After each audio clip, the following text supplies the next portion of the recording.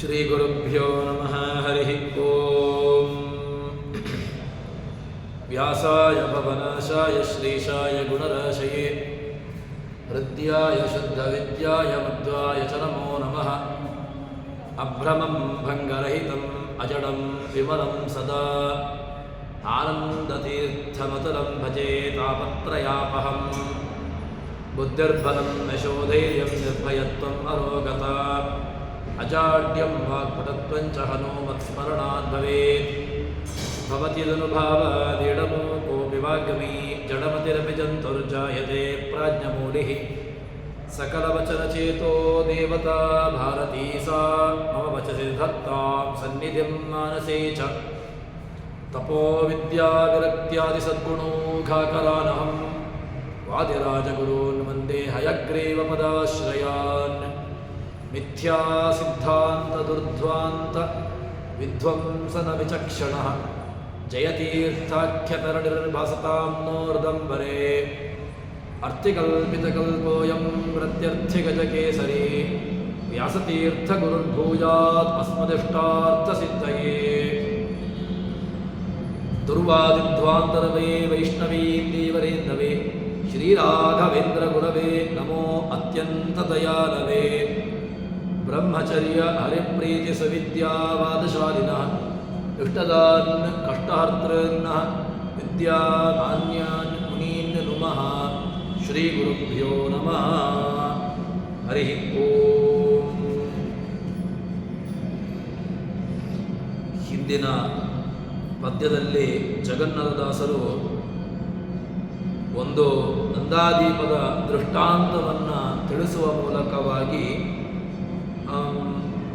ಯಾವ ರೀತಿಯಾಗಿ ಒಬ್ಬ ಹರಿಭಕ್ತನಾದವನು ಅವನು ಕರ್ಮವನ್ನು ಮಾಡಿದಾಗ ಯಾವುದೋ ಪ್ರಾರಬ್ಧ ಕರ್ಮವಶಾತ್ ಅವನು ಕೆಟ್ಟ ಕರ್ಮವನ್ನು ಮಾಡ್ತಾನೆ. ಆ ಕೆಟ್ಟ ಕರ್ಮ ಮಾಡಿದ್ದರ ಫಲ ಅದು ಏನಾಗ್ತದೆ ಅಂತಂದರೆ ಆ ಕೆಟ್ಟ ಕರ್ಮದ ಫಲವನ್ನು ಅವನು ಅನುಭವಿಸೋದಿಲ್ಲ. ಯಾಕೆ ಅಂತಂದರೆ ಅದನ್ನು ಭಗವಂತ ಏನು ಮಾಡ್ತಾನೆ ಅಂತಂದರೆ ಆ ಕರ್ಮದ ಫಲವನ್ನು ಯಾರು ತುಷ್ಟರಾಗಿದ್ದಾರೆ, ಯಾರು ತಮೋಯೋಗ್ಯರಾದಂತಹ ಜೀವರಾಶಿಗಳಿದ್ದಾರೆ ಅವರಿಗೆ ಆ ಕರ್ಮದ ಫಲವನ್ನು ಹಂಚಿಬಿಡ್ತಾನೆ ಅಂತ ಹೇಳ್ತಾರೆ. ಸುಜನರ ಪಾಪಕರ್ಮವು ಪುಣ್ಯವೆನಿಸುವು, ಪಾಪಿಗಳ ಸತ್ಪುಣ್ಯ ಕರ್ಮವು ಪಾಪವೆನಿಸುವು. ಇನ್ನು ಯಾರು ತಮೋಯೋಗ್ಯರಾದಂತಹ ಜೀವರಾಶಿಗಳಿದ್ದಾರೆ ಅವರ ಸತ್ಪುಣ್ಯ, ಒಳ್ಳೆಯ ಸತ್ಪುಣ್ಯಗಳು ಏನಿದೆ ಅದು ಆ ಕರ್ಮಗಳು ಕೂಡ ಅದು ಪುಣ್ಯಕರ್ಮ ಅಂತ ಆಗಿದ್ದರೂ ಕೂಡ ವಾಸ್ತವಿಕವಾಗಿ ಅದು ಪಾಪಕರ್ಮ ಅಂತೆನಿಸಿಕೊಂಡು ಅವರು ಒಳ್ಳೆಯದಂತಹ ಫಲವನ್ನು ಅವರು ಅನುಭವಿಸುವುದಿಲ್ಲ ಅಂತ ಆ ವಿಚಾರವನ್ನು ಹೇಳಿದ ನಂತರ ಮುಂದೆ ಜಗನ್ನಾಥದಾಸರು ಯಾವ ರೀತಿಯಾಗಿ ಒಬ್ಬ ಸಾತ್ವಿಕನಾದವನು ಜ್ಞಾನಾರ್ಜನೆಯನ್ನು ಮಾಡಬೇಕು, ಜ್ಞಾನದ ಹಿಂದೆ ತಾನು ಹೋಗಬೇಕು ಎಂಬ ವಿಚಾರವನ್ನು ಹೇಳ್ತಾರೆ. ಧನವ ಸಂಪಾದಿಸುವ ಪ್ರದ್ರಾವಣ ಕರದಂದದಿ ಕೋವಿದರ ಮನೆಗಳಲ್ಲಿ ಸಂಚರಿಸು ಶಾಸ್ತ್ರಶ್ರವಣ ಸೋಗದಿ ಮನನಗೈದು ಉಪದೇಶಿಸುತ್ತ ದುರ್ಜನರ ಕೂಡಾಡದಿರು ಸ್ವಪ್ನದಿ ಪ್ರಣತ ಕಾಮದ ಕೊಡುವ ಸೌಖ್ಯಗಳು ಇಹಪರಂಗಳಲ್ಲಿ. ಭಗವಂತ ನಾವು ಯಾವ ರೀತಿಯಾಗಿ ಇರಬೇಕು, ನಮ್ಮ ಚರ್ಯೆ ಅದು ಹೇಗಿರಬೇಕು ಎಂಬುದಾಗಿ ಅದಕ್ಕೆ ಉತ್ತರವನ್ನು ಹೇಳ್ತಾರೆ. ಧನವ ಸಂಪಾದಿಸುವ ಪ್ರದ್ರಾವಣ ಕರದಂದದಿ.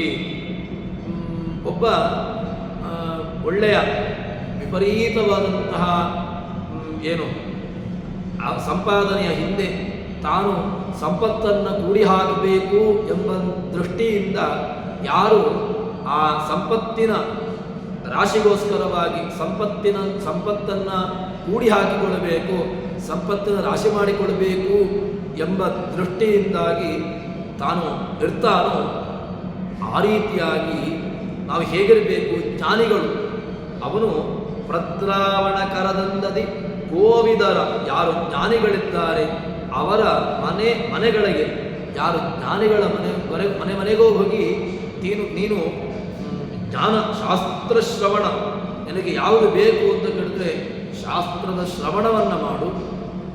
ಏನು ಶ್ರವಣ ಮಾಡಿದ್ದಿ ಅದನ್ನು ಉದಷ್ಟು ಜನರಿಗೆ ಹಂಚುವಂತಹ ಪ್ರಯತ್ನ, ಹಂಚುವಂತಹ ಕಾರ್ಯವನ್ನು ಕೂಡ ಮಾಡಬೇಕು ಅಂತ ಹೇಳ್ತಾರೆ. ಕೇವಲ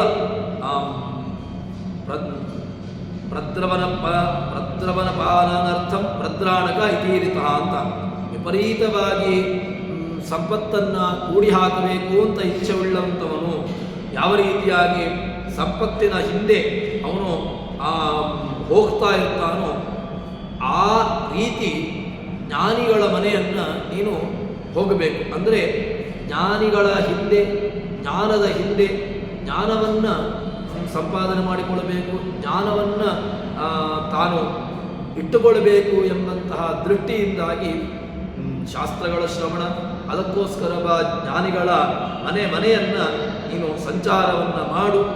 ತನ್ಮೂಲಕವಾಗಿ ಅದನ್ನು ಸಂಚಾರ ಮಾಡ್ತಾ ಮಾಡ್ತಾ ಶ್ರವಣ ಮಾಡು. ಶ್ರವಣ ಮಾಡಿದ್ದನ್ನು ಕೇವಲ ಇಟ್ಟುಕೊಳ್ಳಬೇಡ, ಮತ್ತು ಅದನ್ನು ಉದಷ್ಟು ಜನರಿಗೆ ಅದನ್ನು ಕೊಡುವಂತಹ, ಅಂದರೆ ಅದನ್ನು ನೀನು ಏನು ಮಾಡಬೇಕು ಅಂತ ಕೇಳಿದ್ರೆ ಆ ಜನರಿಗೆ ಅದನ್ನು ಹಂಚುವಂತಹ ಕಾರ್ಯವನ್ನು ಕೂಡ ನೀನು ಮಾಡಬೇಕು. ಮನನ ಮಾಡು, ಶ್ರವಣ ಮಾಡು. ಶ್ರವಣ ಮಾಡಿದ ಮೇಲೆ ಅದನ್ನು ಮನನ ಮಾಡುವ ಮೂಲಕವಾಗಿ ಒಂದಷ್ಟು ಜನರಿಗೆ ಅದನ್ನು ಹಂಚುವ ಮೂಲಕವಾಗಿ ನೀನು ಸಂಚರಿಸು ಅಂತ ಹೇಳ್ತಾರೆ. ಮತ್ತು ಮನನಗೈದು ಉಪದೇಶಿಸುತ್ತ ಅದನ್ನು ಉಪದೇಶ ಮಾಡ್ತಾ ಮಾಡ್ತಾ ಮಾಡ್ತಾ ನೀನು ಸಂಚಾರವನ್ನು ಮಾಡ್ತಾ ಇರಬೇಕು. ಮತ್ತು ದುರ್ಜನರ ಕೂಡಾಡದಿರು.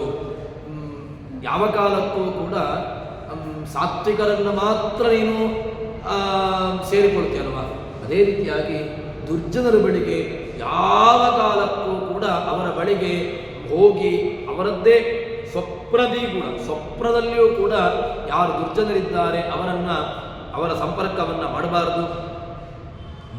ಪ್ರಣತಕಾಮದ ಭಗವಂತನನ್ನು ಯಾವ ರೀತಿಯಾಗಿ ಉಪಾಸನ ಮಾಡಬೇಕು ಅಂತ ಕೇಳಿದ್ರೆ ಪ್ರಣತಕಾಮದ, ಇದು ಗೋಪಿಕಾ ಸ್ತ್ರೀಯರು ಕೃಷ್ಣನನ್ನು ಉಪಾಸನೆ ಮಾಡಿದಂತಹ ರೀತಿ. ಪ್ರಣತಕಾಮದಂ ಅಂತ ಹೇಳಿಕೊಂಡು ಭಗವಂತ ಪ್ರಣತಃ ಕ್ಲೇಶನಾಶಾಯ ಅಂತ ಹೇಗೆ ನಾವು ಹೇಳ್ತೇವೆ, ಪ್ರಣತ ಕಾಮದ. ಇಲ್ಲಿ ನಾವು ಯಾರು ಚೆನ್ನಾಗಿ ಅವನನ್ನು ನಮಸ್ಕಾರ ಮಾಡ್ತಾರೆ, ಯಾರು ಅವನನ್ನು ಚೆನ್ನಾಗಿ ಶರಣ ಹೊಂದುತ್ತಾರೆ ಅವರ ಕ್ಲೇಶವನ್ನು ನಾಶ ಮಾಡ್ತಾರಲ್ವ. ಇಲ್ಲಿ ಈಗ ಪ್ರಣತ ಕಾಮದ, ಯಾರು ಅವನನ್ನು ಉಪಾಸನೆ ಮಾಡ್ತಾರೆ ಅವರನ್ನು ಕಾಮಂ ದದಾತಿ, ಬೇಕಾದಷ್ಟು ಅವರಿಗೆ ಕೇಳಿದ್ದನ್ನು ಭಗವಂತ ಕೊಡ್ತಾನೆ. ಅದಕ್ಕೋಸ್ಕರ ಹೇ ಪ್ರಣತ ಕಾಮದ, ಇಲ್ಲಿ ಸೌಖ್ಯಗಳು, ಬೇಕಾಗಿರತಕ್ಕಂತಹ ಸುಖವನ್ನು ಭಗವಂತ ಕೊಡ್ತಾನೆ. ಕೊಟ್ಟು ಇಹ ಪರಂಗಳಿಂದ ಉದ್ಧಾರ ಮಾಡ್ತಾನೆ. ಇಲ್ಲಿ ಮಾತ್ರ ಅಲ್ಲ, ಇಹ ಪರ, ಇಲ್ಲಿಯೂ ಕೂಡ ನನ್ನನ್ನು ಚೆನ್ನಾಗಿ ನೋಡಿಕೊಳ್ಳುತ್ತಾನೆ. ಪರತ್ರ ಭಗವಂತ ನಮ್ಮನ್ನು ಮೋಕ್ಷದಲ್ಲಿಯೂ ಕೂಡ ನಮ್ಮನ್ನು ಚೆನ್ನಾಗಿ ನೋಡಿಕೊಳ್ಳುತ್ತಾನೆ ಅಂತ ಹೇಳ್ತಾರೆ. ಹಾಗಿದ್ದರೆ ಸಾಧಕನ ಗುರಿ ಹೇಗಿರಬೇಕು ಕೇಳಿದರೆ, ಪ್ರದ್ರಾಣಕರ ಗುರಿ ಏನಾಗಿರ್ತದೆ ಅಂತ ಕೇಳಿದರೆ ಅವರದ್ದು ಅನ್ನ ಪಾನ ಧನ ಸಂಪಾದನೆ. ಇದರ ಹಿಂದೆ ಅವರು ತಾವು ಸಂಚಾರವನ್ನು ಮಾಡ್ತಾ ಇದರ ಹಿಂದೆ ಅವರು ಹೋಗ್ತಾ ಇರ್ತಾರೆ. ಆದರೆ ಯಾರು ಜ್ಞಾನದ ಹಿಂದೆ ಜ್ಞಾನವನ್ನು ತಾನು ಪಡೆದುಕೊಳ್ಳಬೇಕು, ಜ್ಞಾನವನ್ನು ತಾನು ಸಂಪಾದನೆ ಮಾಡಿಕೊಳ್ಳಬೇಕು ಅಂತ ಹೇಳಿಕೊಂಡು ಯಾರು ಇರ್ತಾನೆ ಅಂಥವನ ರೀತಿಯಲ್ಲಿ ಅವನನ್ನು ನಾವು ನಮ್ಮ ಗುರಿಯಾಗಿಟ್ಟುಕೊಳ್ಳೋದಲ್ಲ. ಯಾವುದಕ್ಕೋಸ್ಕರವಾಗಿ ಜ್ಞಾನದಲ್ಲಿ ನಾವು ಆ ರೀತಿಯಾದಂತಹ ಹಿನ್ನೆಲೆ ಜ್ಞಾನವನ್ನು ಸಂಪಾದನೆ ಮಾಡಿಕೊಳ್ಳಬೇಕು, ಜ್ಞಾನಕ್ಕೋಸ್ಕರವಾಗಿ ತಾನು ಒದ್ದಾಡಬೇಕು. ಈ ರೀತಿಯಾದಂತಹ ತೆರನಾಗಿ ನಾವು ನಮ್ಮನ್ನು ಮುಂದುವರಿಸಬೇಕು ಅಂತ ಹೇಳ್ತಾರೆ. ಇದು ಸಾಧಕನಾದವನು ಗುರಿ ಹೆಚ್ಚೆ. ಸಾಧಕನಾದವನು ಯಾವುದೋ ಒಂದು ಕ್ಷುಲ್ಲಕವಾದಂತಹ ವಿಚಾರಗಳ ಹಿಂದೆಯೋ ಕ್ಷುಲ್ಲಕವಾದಂತಹ ವಿಚಾರಗಳ ವಿಮರ್ಶೆಗಳು ಇದರಲ್ಲಿ ತಾನು ಮನಸ್ಸನ್ನು ಮಾಡದೆ ಕ್ಷುಲ್ಲಕವಾದಂತಹ ವಿಚಾರಗಳಲ್ಲಿ ಯಾವ ಕಾಲಕ್ಕೂ ಕೂಡ ತಾನು ಹೋಗದೆ ಇರ್ತಾನೋ ಅದೇ ರೀತಿಯಾಗಿ ಸಾಧಕನ ರೀತಿಯಲ್ಲಿ ತಾನು ಭಗವಂತನನ್ನು ತಿಳ್ಕೊಳ್ಬೇಕು. ತಿಳ್ಕೊಂಡಂತಹ ಭಗವಂತನನ್ನು ಇದಷ್ಟು ಜನರಿಗೆ ಅವನನ್ನು ತಿಳಿಸಿಕೊಡುವಂತಹ ಪ್ರಯತ್ನವನ್ನು ಮಾಡುತ್ತಾ ತಾನು ಸಂಚಾರವನ್ನು ಮಾಡಬೇಕು ಅಂತ ಹೇಳ್ತಾರೆ. ಯಥಾಯೋಗ್ಯವಾಗಿ ಶಾಸ್ತ್ರ ಶ್ರವಣ ಯಾವ ರೀತಿಯಾಗಿ ಯೋಗ್ಯವೋ ಶಾಸ್ತ್ರದ ಇನ್ನೊಬ್ಬರಿಗೆ ಅದನ್ನು ಹೇಳಿಕೊಡುವಂತಹದ್ದು ಹೇಳುವಂತಹದ್ದು ಅದರ ಪ್ರಚಾರವೂ ಕೂಡ ಅತೀ ಅವಶ್ಯಕ. ಕೇವಲ ಶ್ರವಣ ಮಾಡುವುದು ಮಾತ್ರವಲ್ಲದೆ ಶ್ರವಣ ಮಾಡಿದ್ದನ್ನು ಒಂದಷ್ಟು ಜನರಿಗೆ ಅದನ್ನು ಕೊಡುವಂತಹದ್ದು ಕೂಡ ನಾವು ಉಪಾಸನೆ ಮಾಡಬೇಕು, ಕೊಡಬೇಕು ಅಂತ ಹೇಳ್ತಾರೆ. ಇದನ್ನು ಇನ್ನೊಂದು ಶಬ್ದವನ್ನು ಇಲ್ಲಿ ಜಗನ್ನಾಥದಾಸರು ಹೇಳಿದ್ದಾರೆ. ಅದೇನು ಅಂತ ಕೇಳಿದ್ರೆ ಏನು ಪ್ರಣತ ಕಾಮದ ಅಂತ ಏನು ಶಬ್ದವನ್ನು ಹಾಕಿದ್ದಾರೆ, ಇದೇ ಅರ್ಥವನ್ನು ನಾವು ಆಚಾರ್ಯರ ಮಾತಿನಲ್ಲಿಯೂ ಕೂಡ ನೋಡಬಹುದು. ಉನ್ನತ ಪ್ರಾರ್ಥಿಶೇಷ ಸಂಸಾಧಕಂ ಸನ್ನತ ಲೌಕಿಕ ನಂದದ ಶ್ರೀಪದಂ ಅಂತ ನಾವು ಆಚಾರ್ಯರ ದ್ವಾದಶಸ್ತೋತ್ರದಲ್ಲಿ ನೋಡ್ತೇವೆ. ಉನ್ನತ ಪ್ರಾರ್ಥಿತ ಅಶೇಷ ಸಂಸಾಧಕಂ, ಭಗವಂತನಿಗೆ ಹೆಸರು ಎಂಥದ್ದು ಅಂತ ಕೇಳಿದ್ರೆ ಉನ್ನತ ಪ್ರಾರ್ಥಿತ ಅಶೇಷ ಸಂಸಾಧಕಂ. ಯಾರು ಚೆನ್ನಾಗಿ ಅವನನ್ನು ಪ್ರಾರ್ಥನೆ ಮಾಡ್ತಾರೆ, ಯಾರು ಅವನನ್ನು ಚೆನ್ನಾಗಿ ಉಪಾಸನೆ ಮಾಡುತ್ತಾರೆ, ಅವರ ಉನ್ನತ ಪ್ರಾರ್ಥಿತ ಅಶೇಷ ಸಂಸಾಧಕಂ, ಅವರನ್ನು ಚೆನ್ನಾಗಿ ಎಲ್ಲವನ್ನೂ ನೀಡಿ ಅವರನ್ನು ಉದ್ಧಾರ ಮಾಡುವಂತಹ ಮನಸ್ಥಿತಿ ಉಳ್ಳವನು ಭಗವಂತ. ಹಾಗಿದ್ದ ಭಗವಂತನನ್ನು ಆತನನಾಗಿ ನಾವು ಉಪಾಸನೆ ಮಾಡೋಣ. ಉಪಾಸನೆ ಮಾಡಿದ್ದರಿಂದಾಗಿ ಭಗವಂತ ಪ್ರಣತ ಕಾಮದ ನಮ್ಮ ಎಲ್ಲ ಕಾಮನೆಗಳನ್ನು ನೀಡುತ್ತಾನೆ. ಯಾವುದು ನಮಗೆ ಯೋಗ್ಯತೆ ಇಲ್ಲವೋ ಅಂತಹ ಕಾಮನೆಗಳನ್ನು ನಮ್ಮಿಂದ ಅದ್ಯತಿ ದೂರ ಮಾಡ್ತಾನೆ ಎಂಬುದಾಗಿ ಹೇಳ್ತಾರೆ. ಇದಕ್ಕೆ ಇನ್ನೊಂದು ವಿಚಾರವನ್ನು ಇಲ್ಲಿ ಹೇಳಿದ್ದಾರೆ. ಏನು ಅಂತ ಕೇಳಿದ್ರೆ ಸ್ವಪ್ನದಿ ದುರ್ಜನರ ಕೂಡಾಡದಿರು. ನೀನು ಇದೇ ವಿಚಾರವನ್ನು ಭಾಗವತದ ಮಾತನ್ನು ನಾವು ನೋಡುವುದಂತಾದರೆ ತಮೋದ್ವಾರಂ ಯೋಷಿತಾಂ ಸಂಗಿ ಸಂಗಂ ಅಸಜ್ಜನೈ ಸಂವಾದೋ ನ ಕರ್ತವ್ಯ ಕದಾಚನ ಯಾವದ್ಯಾವಚ್ಚ ಬಹುಭಿಃ ಸಜ್ಜನೈ ಸಹ ಮುಕ್ತಿತಃ ಸಂಗಂ ನ ಕುರ್ಯಾತ್ ಋತಂ ಶಿಷ್ಣೋದರೃತ ಕೃಪಾಂ ಕ್ವಚಿತ್ ತಸ್ಯಾನುಗಮಸ್ತಮಸ್ಕಂದೇ ಪದತ್ಯಂಧಾನುಗಾಂಧವತ್. ಇದು ಭಾಗವತ ತಾತ್ಪರ್ಯದ ಮಾತು. ಏನು ಅಂತ ಕೇಳಿದ್ರೆ ಅಸಜ್ಜನೈಸು ಸಂವಾಸ ನ ಕರ್ತವ್ಯ ಕದಾಚನ. ಅಸಜ್ಜನೈಸ್ತು ಸಂವಾಸ, ವಾಸ ಯಾರಲ್ಲಿ ಮಾಡಬಾರ್ದು, ಯಾರ ಜೊತೆಗೆ ಮಾಡಬಾರ್ದು ಅಂತ ಕೇಳಿದ್ರೆ ಅಸಜ್ಜನೈಸು ನ ಕರ್ತವ್ಯ. ಯಾರು ಸಾತ್ವಿಕರಲ್ಲ, ಯಾರಲ್ಲಿ ದುಷ್ಟವಾದಂತಹ ಗುಣಗಳಿದೆ ಅವರಿಂದ ಅವರ ಜೊತೆಗೆ ಸಂವಾಸ, ಅವರ ಜೊತೆಗೆ ವಾಸ ಎಂಬುದು ಇರಬಾರ್ದು ಅಂತ ಹೇಳ್ತಾರೆ. ಮತ್ತೆ ಯಾವದ್ಯಾವಚ್ಚ ಬಹುವಿಹಿ ಸಜ್ಜನೈ ಸಹ ಮುಕ್ತಿತಃ. ನೀನು ಎಲ್ಲಿಯ ತನಕ ನಿನ್ನ ಜೀವನ ಇರ್ತದೆಯೋ ಆ ಎಲ್ಲ ಜೀವನದಲ್ಲಿಯೂ ಕೂಡ ನಿನ್ನ ಸಂಘ ಅದು ಯಾರ ಜೊತೆಗಿರಬೇಕು ಕೇಳಿದ್ರೆ ಸಜ್ಜನೈ ಸಹ, ಸಜ್ಜನರ ಜೊತೆಗೆ. ಯಾರು ಸಾತ್ವಿಕರಿದ್ದಾರೆ, ಯಾರು ಭಗವಂತನನ್ನು ನಂಬುವಂಥವರಿದ್ದಾರೆ, ಭಗವಂತನ ಅಸ್ತಿತ್ವವನ್ನು ಒಪ್ಪುವಂತಹವರು ಯಾರಿದ್ದಾರೆ ಅವರ ಜೊತೆಗೆ ನಿನ್ನ ಸಂಘ ಇರಬೇಕು ಅಂತ ಹೇಳ್ತಾರೆ. ಸಂಗಂನ ಕುರಿಯಾತ್ ಅಸತಾಂ ಶಿಷ್ಣೋದರ ತೃಪಾಂ ಕ್ವಚಿತ್. ಸಂಗಂನ ಕುರಿಯಾತ್ ಅಸತಾಂ, ಅಸಜ್ಜನ ಜೊತೆಗೆ ಯಾವ ಜಾಗಕ್ಕೂ ಯಾವ ಕಾಲಕ್ಕೂ ಕೂಡ ಈ ಸಂಘವನ್ನು ಮಾಡಬೇಡ. ಒಂದು ವೇಳೆ ಮಾಡಿದಿ ಅಂತಾದರೆ ತಸ್ಯ ಅನುಗಮ ತಮಸ್ಯಂಧೇ, ನಿನ್ನನ್ನು ಅದು ಎಲ್ಲಿಗೆ ಕಳಿಸಿದೆ ಕೇಳಿದರೆ ಅಂಧೇ ತಮಸಿ, ಗಾಢವಾದಂತಹ ತಮಸ್ಸು, ಅಂಧಕಾರಕ್ಕೆ ನಿನ್ನನ್ನು ಅದು ಕಳಿಸ್ತದೆ. ಅದಕ್ಕೋಸ್ಕರವಾಗಿ ಯಾವ ಕಾಲಕ್ಕೂ ಕೂಡ ಅಸಜ್ಜನರ, ಯಾರು ಸಾತ್ವಿಕರಲ್ಲ ಅವರ ಜೊತೆಗೆ ಸಂಘವನ್ನು ಮಾಡಬೇಡ ಎಂಬಂತಹ ಒಂದು ಎಚ್ಚರಿಕೆಯನ್ನು ನಮಗೆ ನೀಡುತ್ತಾ ಇದ್ದಾರೆ. ಈ ರೀತಿಯಾಗಿ ಯಾರು ಇರ್ತಾರೆ, ಈ ರೀತಿಯಾದಂತಹ ಚಿಂತನೆಯನ್ನು ಮಾಡ್ತಾ ಭಗವಂತನನ್ನು ಪ್ರಣತಕಾಮದ, ಭಗವಂತನನ್ನು ತಿಳ್ಕೊಳ್ಳಬೇಕು ಎಂಬಂತಹ ಇಚ್ಛೆಯಿಂದ ಕೋವಿದರ ಮನೆಗಳಲ್ಲಿ ಯಾರು ಜ್ಞಾನಿಗಳಿದ್ದಾರೆ ಅವರ ಮನೆಗಳಿಗೆ ಸಂಚಾರವನ್ನು ಮಾಡ್ತಾನೆ. ಮಾಡುವ ಮೂಲಕವಾಗಿ ಅದನ್ನು ಒಂದಷ್ಟು ಜನರಿಗೆ ಪುನಃ ತಿಳಿಸ್ತಾನೆ. ಮತ್ತೆ ಉಪಾಸನೆ ಮಾಡು, ಉಪದೇಶವನ್ನು ಮಾಡಬೇಕು. ದುರ್ಜನರ ಜೊತೆಗೆ ಸಂವಾದವನ್ನು ಮಾಡದೆ ಅವರ ಭಗವಂತನನ್ನು ಪ್ರಣತಕಾಮದ, ಭಗವಂತನನ್ನು ಎಲ್ಲ ಕಾಮನೆಗಳನ್ನು ನೀಡುವವನು ಎಂಬುದಾಗಿ ಉಪಾಸನೆ ಮಾಡ್ತಾ ಇರ್ತಾನೋ ಅವರಿಗೆ ಭಗವಂತ ಕೊಡುವ ಸೌಖ್ಯಗಳನ್ನು ಅವರಿಗೆ ಎಲ್ಲ ಸೌಖ್ಯಗಳನ್ನು ಸುಖವನ್ನು ಕೊಡ್ತಾನೆ. ಕೊಡುವ ಮೂಲಕವಾಗಿ ಅವರನ್ನು ಯಾವತ್ತೂ ಕೂಡ ಅವರನ್ನು ಭಗವಂತ ಒಳ್ಳೆಯ ರೀತಿಯಲ್ಲಿ ಇಡ್ತಾನೆ ಅಂತ ಹೇಳ್ತಾರೆ. ಇದನ್ನು ಹೇಳಿದ ಮೇಲೆ ಮುಂದೆ ವಿಚಾರವನ್ನು ಜಗನ್ನಾಥದಾಸರು ಹೇಳುವಂತಹದ್ದು ಯಾವುದು ಸಂಸಾರಕ್ಕೆ ಕಾರಣವಾಗ್ತದೆ. ಸಂಸಾರಕ್ಕೆ ಬರಲಿಕ್ಕೆ ಒಂದು ಕಾರಣ ಬೇಕಲ್ವ. ಯಾವ ನಿಮಿತ್ತದಿಂದಾಗಿ ಅವನು ಜೀವರಾಶಿಗಳು ಅವರು ಭೂಮಿಗೆ ಬರುವಂತಹದ್ದು, ಈ ಜೀವನಕ್ಕೆ ಬರುವಂತಹದ್ದು ಅಂತ ಕೇಳಿದ್ರೆ ಕಾರಕ ಕ್ರಿಯ ದ್ರವ್ಯ ವಿಭ್ರಮ 3 ವಿಧ ಜೀವನಿಗೆ ಬಹು ಸಂಸಾರಕ್ಕಿವು ಕಾರಣವೆನಿಸುವವು. ಎಲ್ಲ ಕಾಲದಲ್ಲಿ ದೂರ ಓಡಿಸಿ ಭ್ರಾಮಕತ್ರಯ ಮಾರಿಗೊಳಗಾಗದಲೇ ಸರ್ವಾಧಾರಕನ ಚಿಂತಿಸಿದರಲು ಸರ್ವತ್ರ ಮರೆಯದಲೇ. ಭಗವಂತನನ್ನು ನಾವು ಯಾವ ರೀತಿಯಾಗಿರುವ ವ್ಯವಸ್ಥೆಯಿಂದಾಗಿ ಅವನು ಈ ಭೂಮಿಗೆ ಬರ್ತಾನೆ ಅಂತ ಕೇಳಿದರೆ ಅದಕ್ಕೆ ಉತ್ತರವನ್ನು ಕೊಡುವಂತಹದ್ದು ಕಾರಕ ಕ್ರಿಯಾ ದ್ರವ್ಯ ಭ್ರಮೆ ಅಂತ 3 ಹೇಳ್ತಾರೆ. ಒಂದು ಕಾರಕ ಭ್ರಮೆ, ಇನ್ನೊಂದು ಕ್ರಿಯಾಭ್ರಮೆ, ಇನ್ನೊಂದು ದ್ರವ್ಯ. ಈ 3ರಿಂದಾಗಿ ಭ್ರಮೆಗಳು. ಯಾವುದಿದು? ಏನರ್ಥ? ಕಾರಕ ಭ್ರಮೆ ಅಂದರೆ ಏನು, ಕ್ರಿಯಾಭ್ರಮೆ ಅಂದರೆ ಏನು, ಇನ್ನು ಉಳಿದಂತಹ ದ್ರವ್ಯ ಭ್ರಮೆ ಅಂದರೆ ಏನು ಅಂತ ಕೇಳಿದ್ರೆ ಅದಕ್ಕೆ ಉತ್ತರವನ್ನು ಹೇಳ್ತಾರೆ. ಜ್ಞಾನೇಂದ್ರಿಯ ಕರ್ತೃತ್ವಾಭಿಮಾನ, ಕರ್ಮೇಂದ್ರಿಯ ಕರ್ತೃತ್ವಾಭಿಮಾನ, ದೇಹಾಭಿಮಾನ 3 ನಾವು ಹೇಳಬೇಕು.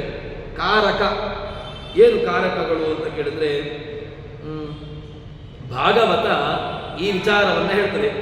ಯಥಾಸವೋ ಜಾಗೃತಿ ಸ್ವಪ್ರವೃತ್ತಯೋ ದ್ರವ್ಯಕ್ರಿಯಾಕಾರಕ ವಿಭ್ರಮಾಪ್ಯ ಯಥಾ ನಭಸಿ ಅಭ್ರಮದ ಪ್ರಕಾಶ ಭವಂತಿ ಭೂಯೋ ನ ಭವಂತಿ ಅನುಕ್ರಮಾತ್ ಅಂತ ಇದು ಭಾಗವತದ ಮಾತು.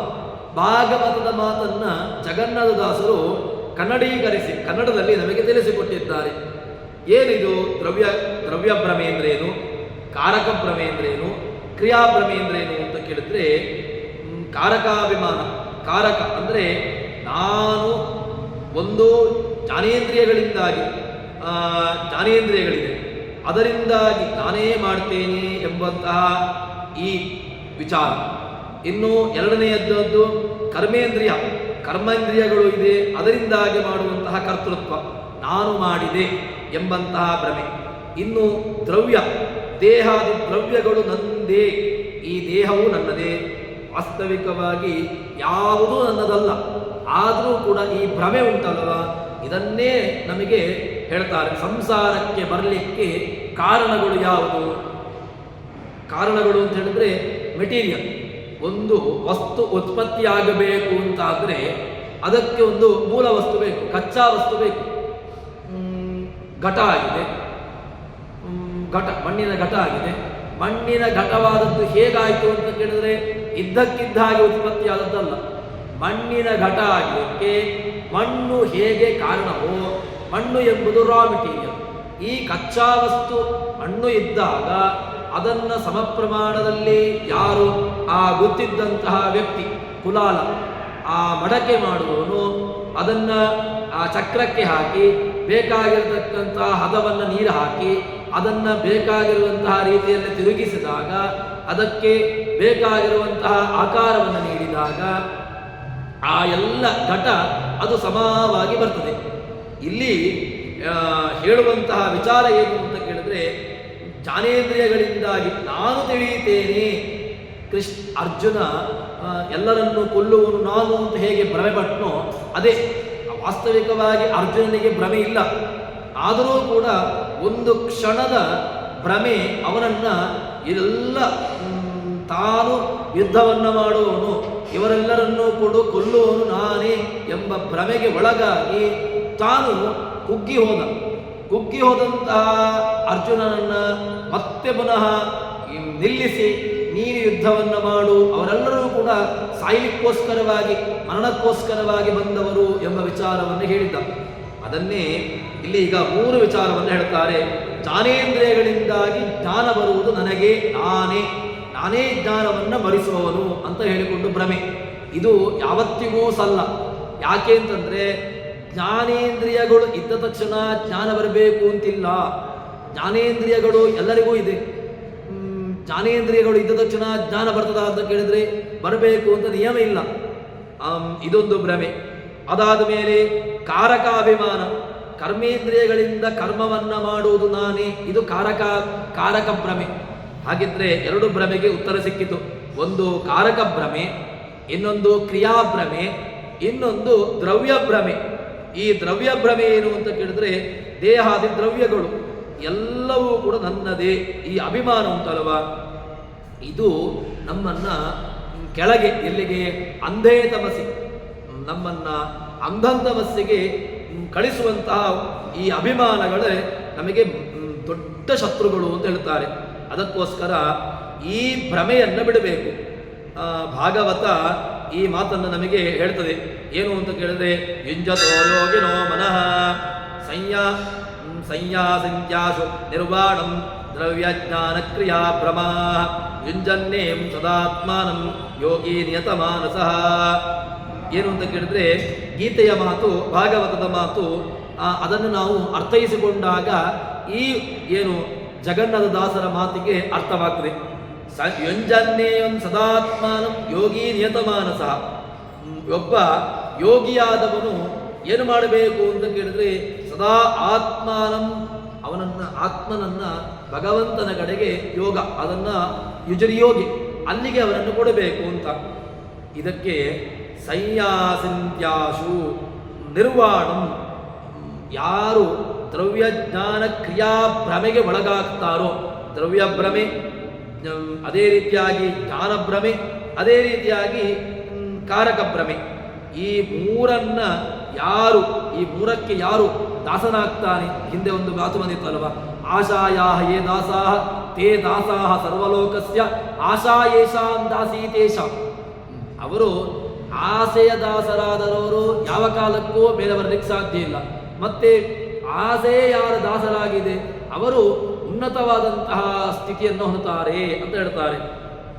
ಆತ್ಮಾಭಾವ ಶರೀರೇತು ದ್ರವ್ಯಭ್ರಮ ಉದಾರತ ಕ್ರಿಯಾಭ್ರಮಸ್ತ್ವಹಂ ಕರ್ತ ಮತೀಯಾನಿಂದ್ರಿಯಾಣಿತು ಕಾರಕಭ್ರಮ ಇತ್ಯುಕ್ತ ತಯೇತೆ ಭ್ರಮ ಇತ್ಯದ ಶ್ವಾಸಾದಿ ವೃತ್ತಿಲೋಪೇನ ಪ್ರಾಣ ಉದ್ಯೋಗಿನಸ್ತದ ವಿಲೀಯಂತೆ ಪ್ರಣಭಕ್ತ್ಯ ನಿತ್ಯ ಸ್ವಾಭವತಾಮೃತಂ ಉದ್ಯೋಗ ಏವ ಜಾಗೃತ್ಯ ಸ್ವಾದ್ಯೋಗಿನ ಮುಕ್ತಿಸಿದ್ದಯೇ.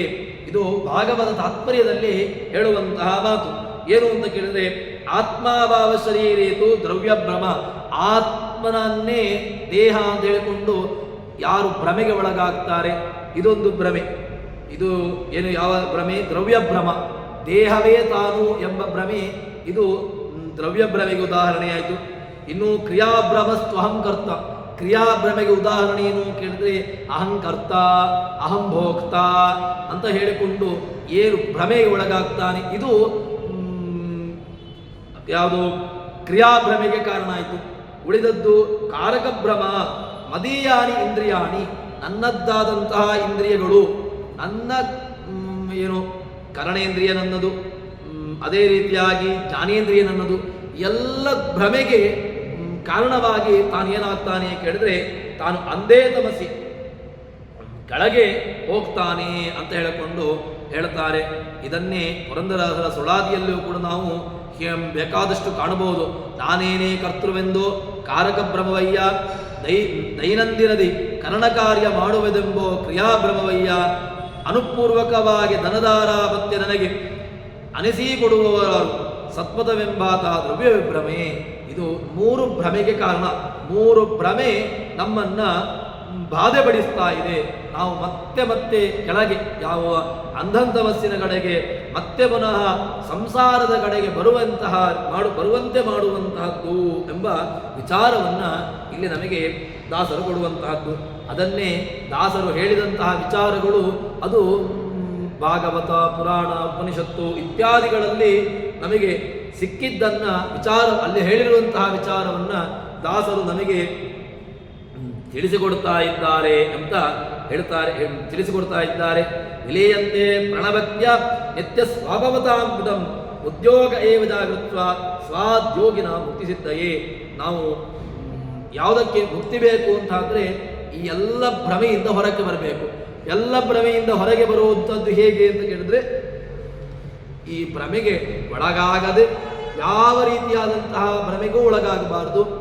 ಅದರಲ್ಲಿ ಕರ್ತೃತ್ವ, ಕಾರಕ, ದ್ರವ್ಯ ಈ ಮೂರನ್ನು ಕೂಡ ಅವನದ್ದು ಎಂಬ ಅವನಿಗೆ ಅರ್ಪಿಸಿ ಅವನಿಂದಾಗಿ ನಡೀತಾ ಇದೆ ಎಂಬ ನಿಶ್ಚಯಾತ್ಮಕವಾದಂತಹ ಜ್ಞಾನವನ್ನು ಯಾರು ಇಟ್ಟುಕೊಂಡಿರ್ತಾನೆ ಅವನು ಭಗವಂತನನ್ನು ಸೇರಿಕೊಳ್ತಾನೆ.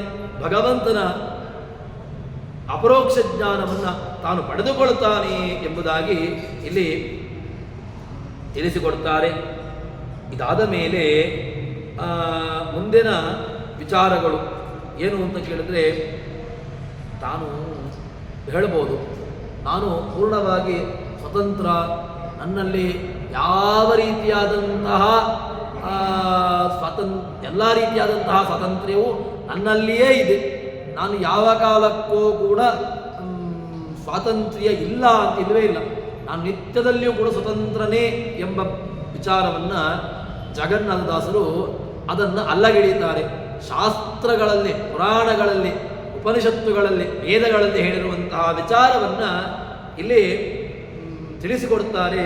ಸರ್ವಾವಸ್ಥೆಗಳಲ್ಲಿಯೂ ಕೂಡ ಜೀವನು ಅಸ್ವತಂತ್ರ, ಯಾವ ವ್ಯವಸ್ಥೆಯಲ್ಲಿಯೂ ಕೂಡ ಅವನು ಸ್ವತಂತ್ರ್ಯ ಎಂಬುದು ಅವನಲ್ಲಿ ಇರಲಿಕ್ಕೆ ಸಾಧ್ಯವೇ ಇಲ್ಲ ಎಂಬ ವಿಚಾರವನ್ನು ಕರ್ಣವ ಮಾಡಿದರೆ ವಿಸ್ಮರಣೆ ಕಾಲದಿ ಮಾತುಗಳಿಗುತ್ತರವ ಕೊಡದಲೆ ಸುಮ್ಮನಿಪ್ಪನು ಜಾಗರಾವಸ್ಥೆ ಕರುಣಿಸಲು ವ್ಯಾಪಾರ ಮಾಡುವ ಬರಲು ನಾಲ್ಕಾವಸ್ಥೆಗಳು ಪರಿಹರಿಸಿ ಕೊಳನೇತಕ್ಕೆ ಸ್ವತಂತ್ರನು ತಾನೇ ಎಂಬುವನು. ಈಗ ಸ್ವತಂತ್ರನು ತಾನೇ ಅಂತ ಹೇಳಿದರೆ, ನಾನೇ ಸ್ವತಂತ್ರ ಅಂತ ಆಗಿದ್ದರೆ ನಮ್ಮ ದೊಡ್ಡದಾದಂತಹ ದೋಷವನ್ನು ಇಲ್ಲಿ ಹೇಳ್ತಾರೆ. ಅದು ಯಾವುದು ಅಂತ ಕೇಳಿದ್ರೆ, ಯಾವ ಕಾಲಕ್ಕೂ ಕೂಡ ನಮ್ಮಿಂದ ಕಳೆದುಕೊಳ್ಳದೇ ಮಾಡಿಕೊಳ್ಳದೆ ಇರಲಿಕ್ಕೆ ಆಗದೇ ಇರುವಂತಹ ಒಂದಷ್ಟು ವ್ಯವಸ್ಥೆಗಳಿದೆ, ಒಂದಷ್ಟು ಅವಸ್ಥೆಗಳಿದೆ. ಅದು ಯಾವುದೆಲ್ಲ ಅಂತ ಕೇಳಿದ್ರೆ, ಇಂದ್ರಿಯಗಳೇ ಕರ್ಮ ಮಾಡಿದರೆ, ಕರಣಗಳೇ ಕರ್ಮವನ್ನು ಮಾಡ್ತಾ ಇದೆ. ಇಂದ್ರಿಯಗಳೇ ಜಾಗೃತ ಅವಸ್ಥೆ, ಸ್ವಪ್ನಾವಸ್ಥೆ, ಸುಷುಪ್ತ್ಯವಸ್ಥೆ, ಮೂರ್ಛಾವಸ್ಥೆ ಎಲ್ಲ ಅವಸ್ಥೆಗಳನ್ನು ಸ್ವತಃ ಇಂದ್ರಿಯಗಳೇ ಮಾಡ್ತಾ ಇದೆ ಅಂತ ಆಗಿದ್ದರೆ ವಿಸ್ಮರಣೆ ಕಾಲದಿ ನಮಗೆ ಕೆಲವು ವಿಚಾರಗಳನ್ನು ಏನು ಮಾಡಿದ್ರೂ ಕೂಡ ಸ್ಮರಣೆ ಬರೋದಿಲ್ಲ. ಯಾವ ರೀತಿಯಾಗಿ ಅದನ್ನು ತಾನು ಸ್ಮರಣೆಗೆ ತಂದುಕೊಳ್ಳಬೇಕು ಎಂಬುದನ್ನು ಪ್ರಯತ್ನಪೂರ್ವಕವಾಗಿ ಮಾಡಿಕೊಂಡರೂ ಕೂಡ ಸ್ಮರಣೆ ಬಾರದಂತಹ ವಿಚಾರಗಳಿದೆ. ನಿನ್ನೆ ಆದಂತಹ ವಿಚಾರಗಳು, ಮೊನ್ನೆ ಆದಂತಹ ವಿಚಾರಗಳು, ಅದಕ್ಕಿಂತ ಹಿಂದೆ ಆದಂತಹ ವಿಚಾರಗಳು, ಇವತ್ತು ಬೆಳಿಗ್ಗೆ ಆದಂತಹ ವಿಚಾರಗಳು, ಈ ಯಾವ ವಿಚಾರಗಳು ಕೂಡ ತನಗೆ ನೆನಪಿಗೆ ಬರೋದಿಲ್ಲ. ಏನೋ ಸಣ್ಣ ಸಣ್ಣ ಒಂದು ಪ್ರಮುಖವಾದಂತಹ ಘಟ್ಟಗಳು ಅವನಿಗೆ ನೆನಪಿರಬಹುದು, ಆದರೆ ಅದರಲ್ಲಿ ಪೂರ್ಣವಾಗಿ ಏನಾಗಿದೆ, ಅದರಲ್ಲಿ ಯಾವ ವಿಚಾರಗಳು ಬಂದಿದೆ, ಯಾವ ವಿಚಾರಗಳು ಆಗಿ ಹೋಗಿದೆ, ಯಾವುದೂ ಕೂಡ ಅವನಿಗೆ ಸ್ಮರಣೆಗೆ ಬರೋದಿಲ್ಲ. ಯಾಕೆ ಬರೋದಿಲ್ಲ? ತನ್ನದೇ ಹಿಡಿತ, ತನ್ನದೇ ಸ್ವಾತಂತ್ರ್ಯ ಈ ಎಲ್ಲ ಅವಸ್ಥೆಗಳಲ್ಲಿ, ಜಾಗೃತ ಅವಸ್ಥೆ, ಸ್ವಪ್ನಾವಸ್ಥೆ, ಸುಷುಪ್ತ್ಯವಸ್ಥೆ, ಮೂರ್ಛಾವಸ್ಥೆ ಎಲ್ಲ ಅವಸ್ಥೆಗಳಲ್ಲಿಯೂ ಕೂಡ ತನ್ನದೇ ಪಾರುಪತ್ಯ, ತನ್ನದೇ ಕಾರುಬಾರು ನಡೆಯೋದು ಅಂತ ಆದರೆ ಯಾಕೆ ಈ ಅವಸ್ಥೆಗಳು ಬರೆಸಿಕೊಳ್ಳದೇ ಇರಬೇಕು? ತನ್ನ ಹತ್ತಿರಕ್ಕೂ ಕೂಡ ಈ ಯಾವ ಅವಸ್ಥೆಗಳು ಕೂಡ ಬರಬಾರ್ದು, ನಿದ್ರೆಯನ್ನೇ ಮಾಡಬಾರ್ದು, ಯಾವತ್ತೂ ಕೂಡ ಎಚ್ಚರದಲ್ಲಿಯೇ ಇರಬೇಕು, ಯಾವತ್ತೂ ಕೂಡ ಸ್ವಪ್ನ ಬರಲೇಬಾರ್ದು. ಹಾಗಿದ್ರೆ ಇದ್ಯಾವುದೂ ಕೂಡ ತನ್ನ ಅಧೀನವಾಗಿ ಆಗೋದೇ ಇಲ್ಲ. ಬೇಕಾದಂತಹ ಕಾಲದಲ್ಲಿ ಜಾಗೃತ ಅವಸ್ಥೆ, ಬೇಕಾದಂತಹ ಕಾಲದಲ್ಲಿ ಸ್ವಪ್ನಾವಸ್ಥೆ, ಬೇಕಾದಂತಹ ಕಾಲದಲ್ಲಿ ಸುಷುಪ್ತ್ಯವಸ್ಥೆ, ಕೆಲವು ಸಂದರ್ಭದಲ್ಲಿ ಮೂರ್ಛಾವಸ್ಥೆ, ಈ ಎಲ್ಲ ಅವಸ್ಥೆಗಳು ಕೂಡ ಬರ್ತದಲ್ವ. ಹೇಳ್ತಾರೆ, ವಿಸ್ಮರಣೆ ಕಾಲದಿ ಮಾತುಗಳಿಗೆ ಉತ್ತರವ ಕೊಡದೆ, ಒಬ್ಬನು ಕೇಳಿದಂತಹ ಮಾತುಗಳಿಗೆ ಉತ್ತರವನ್ನು ಕೊಡ್ಲಿಕ್ಕಾಗೋದಿಲ್ಲ, ಒಬ್ಬನು ಹೇಳಿದಂತಹ ಪ್ರಶ್ನೆಗಳಿಗೆ ಉತ್ತರವನ್ನು ಕೊಡ್ಲಿಕ್ಕಾಗೋದಿಲ್ಲ, ಏನಾಗಿದೆ ಎಂಬ ವಿಚಾರವನ್ನು ಸ್ಮರಣೆ ಮಾಡಿಕೊಳ್ಳಿಕ್ಕೆ ಆಗೋದಿಲ್ಲ. ಯಾಕಾಯ್ತಿದು? ಹಾಗಿದ್ರೆ ಇದರ ಹಿಂದೆ ಯಾವುದೋ ಒಂದು ಶಕ್ತಿ, ಯಾವುದೋ ಒಂದು ಎಕ್ಸ್ ಪವರ್ ಉಂಟು ಅಂತಾಯಿತು. ಅದನ್ನು ಒಂದು ಪ್ರಶ್ನೆ ಹೇಳ್ತಾರೆ, ಮಾತುಗಳಿಗೆ ಉತ್ತರವ ಕೊಡಲು ಸುಮ್ಮನಿಪ್ಪನು ಜಾಗರಾವಸ್ಥೆ. ಎಚ್ಚರಾವಸ್ಥೆ ಇದೆ, ಎಚ್ಚರಾವಸ್ಥೆಯನ್ನು ಯಾಕೆ ಕೊಡ್ತಾನೆ? ಎಚ್ಚರಾವಸ್ಥೆಯಲ್ಲಿ ಒಂದಷ್ಟು ವ್ಯಾಪಾರಗಳನ್ನು ಮಾಡ್ತಾನೆ, ಮಾತನಾಡ್ತಾನೆ, ಪಾಠವನ್ನು ಕೇಳ್ತಾನೆ, ಒಂದಷ್ಟು ಎಲ್ಲ ಕಡೆಗಳು ಓಡಾಡ್ತಾನೆ, ಎಲ್ಲ ರೀತಿಯಾದಂತಹ ವ್ಯವಸ್ಥೆಗಳನ್ನು ಮಾಡಿಕೊಳ್ತಾನೆ. ಇದೆಲ್ಲ ಯಾಕೆ ಆಗಬೇಕು? ಯಾವುದೂ ಕೂಡ ತನ್ನದೇ ಹಿಡಿತದಲ್ಲಿ ಉಂಟು, ತಾನೇ ಎಲ್ಲವನ್ನು ಮಾಡುವನು ಅಂತ ಆಗಿದ್ದರೆ ಯಾಕೆ ಎಲ್ಲ ರೀತಿಯಾದಂತಹ ಭ್ರಮೆಗೆ ಒಳಗಾಗ್ತಾನೆ? ಯಾಕೆ ಈ ರೀತಿಯಾದಂತಹ ಕಷ್ಟಗಳಿಗೆ ತಾನು ಒಳಗಾಗ್ತಾನೆ? ಉತ್ತರವಗಳ ಸುಮ್ಮನಿಪ್ಪನು ಜಾಗರಾವಸ್ಥೆ ಕರುಣಿಸಲು ವ್ಯಾಪಾರ ಮಾಡುವ. ಜಾಗೃತ ಅವಸ್ಥೆ ಬಂದಾಗ ಎಚ್ಚರದಲ್ಲಿರ್ತಾನೆ, ಬೇಕಾದಂತಹ ಕ್ರಿಯೆಗಳನ್ನು ಮಾಡ್ತಾನೆ. ಸಂಧ್ಯಾಕಾಲವಾದಾಗ ಸಂಧ್ಯಾ ವಂದನೆಯನ್ನು ಮಾಡ್ತಾನೆ, ಪೂಜಾ ಕಾಲದಲ್ಲಿ ಪೂಜೆಯನ್ನು ಮಾಡ್ತಾನೆ, ಅಥವಾ ಇನ್ನಿತರ ಯಾವುದೋ ಕಾರ್ಯಗಳನ್ನು ಮಾಡ್ತಾನೆ. ಮಾಡುವಂತಹದ್ದು ಯಾಕೆ? ಯಾರು ಮಾಡಿಸುವಂತಹದ್ದು? ಒಳಗಿದ್ದುಕೊಂಡು ಯಾವುದೋ ಒಂದು ಶಕ್ತಿ ಅದು ಮಾಡ್ತಾ ಉಂಟು. ಇದೊಂದು ಪ್ರಶ್ನೆ. ಮತ್ತೆ ವ್ಯಾಪಾರ ಬರಲು 4 ಅವಸ್ಥೆಗಳು, ಉಳಿದ 4 ಅವಸ್ಥೆಗಳು ಬರ್ತವೆ. ಏನು ಹೇಳ್ತಾನಲ್ವಾ, ಯಾವುದು ಅಂತ ಕೇಳಿದ್ರೆ ಏನು ಹಿಂದೆ ಹೇಳಿದಂತಹ ಎಚ್ಚರ, ಸ್ವಪ್ನ, ಅನಪೇಕ್ಷಿತ ಸ್ವಪ್ನ, ಬೇಡದ ಸ್ವಪ್ನಗಳು, ತಾನು ತನ್ನ ಕತ್ತು ಹೋಗುವಂತಹದ್ದು ಅಥವಾ ಬೀಳುವಂತಹ ಸ್ವಪ್ನ, ಅಥವಾ ಇನ್ನಿತರ ಯಾವುದೋ ದುಸ್ವಪ್ನಗಳು ಬೀಳ್ತವೆ. ದುಸ್ವಪ್ನಗಳು ಯಾಕೆ ಬರ್ತವೆ? ದುಸ್ವಪ್ನವನ್ನು ತನ್ನ ಹತ್ತಿರಕ್ಕೂ ಕೂಡ ಬಾರದೇ ಇರುವಂತೆ ಮಾಡಿಕೊಳ್ಳಬೇಕು. ಹಾಗಿದ್ರೆ ಸರ್ವಾವಸ್ಥೆಗಳು ಕೂಡ ತನ್ನ ಅಧೀನವಾಗಿಲ್ಲ ಅಂತಾಯ್ತು. ಈ ಅವಸ್ಥಾ ನಿಯಾಮಕನಾದಂತಹ ರೂಪಗಳು ವಿಶ್ವ, ತಯಸ, ಪ್ರಾಜ್ಞಾ, ತುರೀಯ ಎಲ್ಲ ರೂಪಗಳು ಕೂಡ ಒಂದೊಂದು ಅವಸ್ಥೆಗಳನ್ನು ನಿಯಮನೆ ಮಾಡ್ತಾ ಇವೆ ಅಂತ ಆಯಿತು. ಗೀತಾ ವಿಚಾರವನ್ನು ನಾವು ನೋಡುವುದಾದ್ರೆ, ಸ್ವವೇತ್ತ ವೇದನಂ ಚ ಸ್ವಂ ಸ್ವೇನ ವೇದ್ಯಶ್ಚ ಕೇಶವ ಪರಸ್ಯ ವೇತ್ತ ವಿತ್ತಿಶ್ಚ ವೇದ್ಯಶ್ಚ ಸ್ಯಾತ್ಪರೈ ಕ್ವಚಿತ್ ತತ್ಪ್ರಸಾದಂ ವಿನಾ ಕಶ್ಚಿನ್ ನೈನಂ ವೇತ್ವಮಿ ಶಕ್ನುಯಾ ಸ್ವವೇದನೇನ್ಯವಿತ್ತೋ ನಾಸ್ಯಾನ್ಯದಪೇಕ್ಷತೆ. ವಿಚಾರವನ್ನ ಹೇಳ್ತಾರೆ. ಯಾವುದು ಅಂತ ಕೇಳಿದ್ರೆ, ಯಾವುದೋ ಒಂದು ಅನಪೇಕ್ಷಿತವಾದ ದರ್ಶನ, ನನಗೆ ಬೇಡ ಅಂತ ಹೇಳಿಕೊಂಡು ಕೆಲವನ್ನು ನಾವು ನಿಷೇಧ ಮಾಡಿರ್ತೇವೆ. ನನಗೆ ಅಪೇಕ್ಷೆ ಇಲ್ಲದವಾದಂಥ, ನನಗೆ ಕನಸು ಬೀಳಬಾರ್ದು, ದುಸ್ವಪ್ನಗಳು ಬೀಳಬಾರ್ದು, ಅಥವಾ ಎಲ್ಲ ಕಾಲದಲ್ಲಿಯೂ ಕೂಡ ಸ್ವಪ್ನಗಳು, ಒಳ್ಳೆಯ ಸ್ವಪ್ನಗಳೇ ನನ್ನ ಬಳಿಗೆ ಬರಬೇಕು ಅಂತ ಇರ್ತದೆ. ಹಾಗಾಗುವುದಿಲ್ಲ. ದುಸ್ವಪ್ನಗಳು ನಮ್ಮನ್ನು ಬಾಧಿಸ್ತವೆ. ಅಥವಾ ಆ ಸ್ವಪ್ನಗಳನ್ನು ಕೇವಲ ಯಾವುದು ನನಗೆ ಜಾಗೃತ ಅವಸ್ಥೆ, ಎಲ್ಲ ಕಾಲದಲ್ಲಿಯೂ ಕೂಡ ನಾನು ಜಾಗೃತ ಅವಸ್ಥೆ, ನಾನು ಎಚ್ಚರದಲ್ಲಿಯೇ ಇರಬೇಕು, ನಿದ್ರೆಯನ್ನೇ ಮಾಡಬಾರ್ದು, ಕಣ್ಣು ಯಾವ ಕಾಲಕ್ಕೂ ಕೂಡ ಮುಚ್ಚಲೇಬಾರ್ದು ಅಂತ ಹೇಳಿಕೊಂಡು ನಾವಿರ್ಬೋದಲ್ವ. ಹಾಗಿದ್ರೆ ಎಲ್ಲ ಅವಸ್ಥೆಗಳನ್ನು ನಿಯಮನೆ ಮಾಡುವವನು ಒಬ್ಬನಿದ್ದಾನೆ. ಅವಸ್ಥಾ ನಿಯಾಮಕನಾದಂತಹ ರೂಪಗಳು, ಅವಸ್ಥಾ ನಿಯಾಮಕವಾದಂತಹ ಒಂದಷ್ಟು ಶಕ್ತಿಗಳು ಇದೆ ಅಂತಾಯ್ತು. ಹಾಗಿದ್ರೆ ಹೇಳ್ತಾರಲ್ವ, ಸ್ವವೇತ್ತ ಎಲ್ಲವನ್ನೂ ತಾನೇ ತಿಳ್ಕೊಳ್ತಾನೆ ಅಂತಾದ್ರೆ ಅದಾಗೋದಿಲ್ಲ.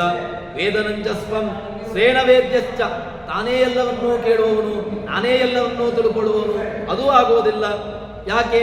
ಪರಸ್ಯ ವೇತ್ತ, ಇನ್ನೊಬ್ಬರ ಜ್ಞಾನ, ಇನ್ನೊಬ್ಬರ ವಿಷಯ ಎಲ್ಲವೂ ಬರಬೇಕಿತ್ತು, ಹಾಗಾಗೋದಿಲ್ಲ. ಹಾಗಿದ್ರೆ ಎಲ್ಲ ಅವಸ್ಥೆಗಳಿಗೂ ನಿಯಾಮನೆ ಮಾಡುವವನು, ಎಲ್ಲ ಅವಸ್ಥೆಗಳಿಗೂ ಕೂಡ ಒಂದು ಹಿಂದಿನ ಯಾವುದೋ ಒಂದು ಶಕ್ತಿ, ಯಾರೋ ಒಬ್ಬ ಇದ್ದಾನಲ್ವ, ಆ ಎಲ್ಲ ಕ್ರಿಯೆಗಳನ್ನು ಮಾಡಿಸುವವನು. ಎಚ್ಚರದಲ್ಲಿದ್ದುಕೊಂಡು ಎಚ್ಚರವನ್ನು ಮಾಡಿಸ್ತಾನೆ, ಆ ನಿದ್ರೆಯನ್ನು ಮಾಡಿಸ್ತಾನೆ, ಅದೇ ರೀತಿಯಾಗಿ ಆ ಬೇರೆ ಬೇರೆ ನಡೆದುಕೊಂಡು ಹೋಗುವಂತೆ ಮಾಡ್ತಾನೆ, ಮಲಗುವಂತೆ ಮಾಡ್ತಾನೆ, ಕೇಳುವಂತೆ ಮಾಡುತ್ತಾನೆ. ಒಬ್ಬನಲ್ಲಿ ಇಂತಾಡುವನು, ಮತ್ತೊಬ್ಬರಲ್ಲಿ ಕೇಳುವನು. ಎಲ್ಲ ಕ್ರಿಯೆಗಳು ಯಾರಿಂದಲೋ ಒಬ್ಬನು ನಡೀತಾ ಉಂಟು. ಯಾಕೆ ನಡೀತಾ ಉಂಟು ಕೇಳಿದ್ರೆ, ಹೇಗೆ ನಡೀತಾ ಉಂಟು ಕೇಳಿದ್ರೆ, ಅದಕ್ಕೆ ಯಾವುದೋ ಒಂದು ಶಕ್ತಿ, ಅತ್ಯದ್ಭುತವಾದಂತಹ ಶಕ್ತಿ ಇದ್ದುಕೊಂಡು ಎಲ್ಲ ತತ್ಪ್ರಸಾದಂ ವಿನಾ ಕಶ್ಚಿತ್ ನೈನಂ ವೇತುಂ ಹಿ ಶಕ್ನುಯಾತ್. ತತ್ಪ್ರಸಾದಂ ವಿನಾ, ಅವನ ಪ್ರಸಾದ ಇಲ್ಲದೆ ಯಾವುದು ಕೇಳಬೇಕು ಅಂತ ಅನಿಸಿಕೊಂಡ್ರೂ ಕೇಳುವುದಿಲ್ಲ, ನೋಡಬೇಕು ಅಂತ ಅನಿಸಿಕೊಂಡ್ರೂ ನೋಡ್ಲಿಕ್ಕಾಗುವುದಿಲ್ಲ, ಮುಟ್ಟಬೇಕು ಅಂತ ಅನಿಸಿಕೊಂಡ್ರೂ ಮುಟ್ಲಿಕ್ಕಾಗುವುದಿಲ್ಲ, ಅಥವಾ ನಡೆದುಕೊಂಡು ಹೋಗಬೇಕು ಅಂತ ಅನಿಸಿಕೊಂಡ್ರೂ ನಡಿಲಿಕ್ಕಾಗುವುದಿಲ್ಲ.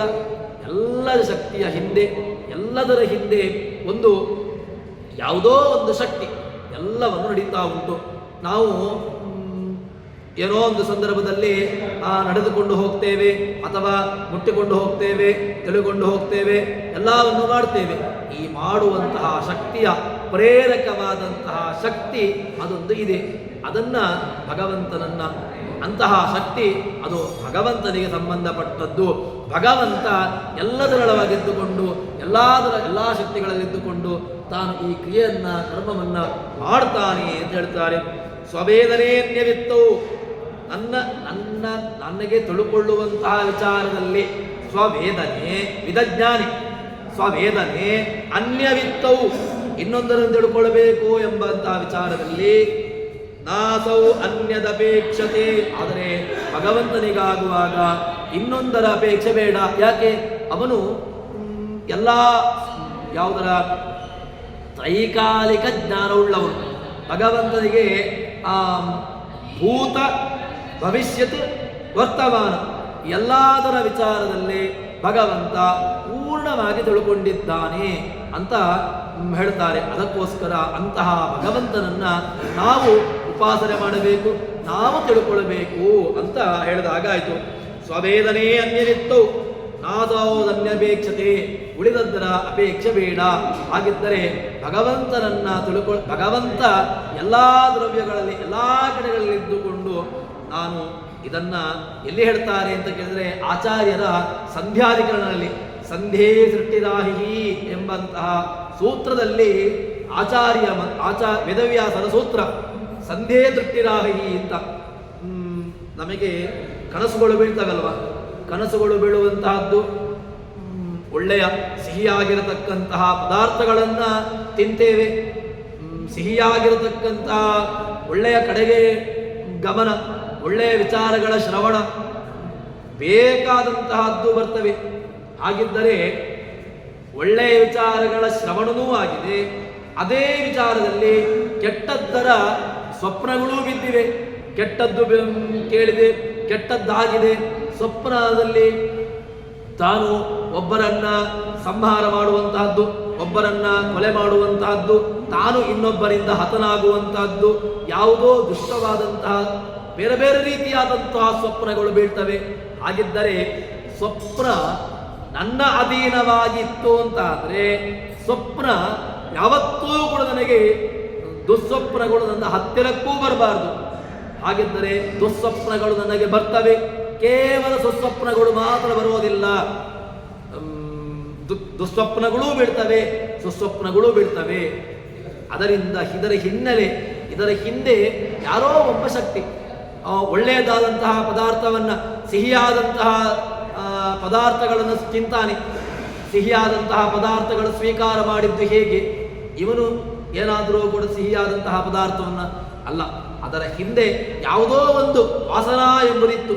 ಆ ವಾಸನಾ ಎಂಬಂತಹ ವಿಚಾರದಿಂದಾಗಿ ಅವನಿಗೆ ಸುಸ್ವಪ್ನಗಳೋ ದುಸ್ವಪ್ನಗಳೋ ಈ ವಿಚಾರಗಳು ಬಂದಿದೆ ಅಂತ ಹೇಳ್ತಾರೆ. ಹಾಗಿದ್ರೆ ಈ ಜೀವನ ಅಸ್ವಾತಂತ್ರ್ಯ ಪೂರ್ಣವಾಗಿದೆ. ಸ್ವಪ್ನವೇ ಸಾಕು ನಮಗೆ. ಒಂದು ದೃಷ್ಟಾಂತದಿಂದಾಗಿ ಜಾಗೃತಿ, ಸ್ವಪ್ನ, ಸುಷುಪ್ತಿ ಎಲ್ಲ ಅವಸ್ಥೆಗಳು ಕೂಡ ಅವನ ಅಧೀನ ಎಂಬುದನ್ನ ಒಂದನ್ನ ಹೇಳಿದ್ದರಿಂದಾಗಿ ಇನ್ನೊಂದೆಲ್ಲವೂ ಕೂಡ ಅದು ಸಿದ್ಧ. ಯಾಕೆ ಅಂತಂದ್ರೆ ಒಬ್ಬನನ್ನ ಕರಿತೇವೆ ನಾವು ಮನೆಗೆ ಬರಬೇಕು ಅಂತ ಒಬ್ಬನನ್ನ ಕರೆದಾಗ, ತಂದೆಯನ್ನೋ ತಾಯಿಯನ್ನೋ ಕರೆದಾಗ ತಂದೆಯ ತಾಯಿಯ ಜೊತೆಗೆ ಮಗನೂ ಕೂಡ ಬರ್ತಾನಲ್ವಾ? ಮಗನಿಗೇನು ಪ್ರತ್ಯೇಕವಾಗಿ ನಾವು ಹೇಳಿಕೆ ಕೊಡ್ತೇವಾ? ಇಲ್ಲ. ಹಾಗಿದ್ರೆ ಒಂದನ್ನ ಹೇಳಿದ್ದರಿಂದಾಗಿ ಸ್ವಪ್ನಾವಸ್ಥಾ ನಿಯಾಮಕ ಭಗವಂತ ಅಂತ ಹೇಳಿದ್ದರಿಂದಾಗಿ ಜಾಗೃತ, ಸುಷುಪ್ತಿ, ಮೂರ್ಛೆ ಎಲ್ಲ ಅವಸ್ಥೆಗಳು ಕೂಡ ಅವನ ನಿಯಮಕ್ಕೆ ಒಳಪಟ್ಟಿದೆ ಎಂಬುದನ್ನ ಪೂರ್ಣವಾಗಿ ಸಿದ್ಧಾಂತವನ್ನಾಗಿ ಹೇಳ್ತಾರೆ.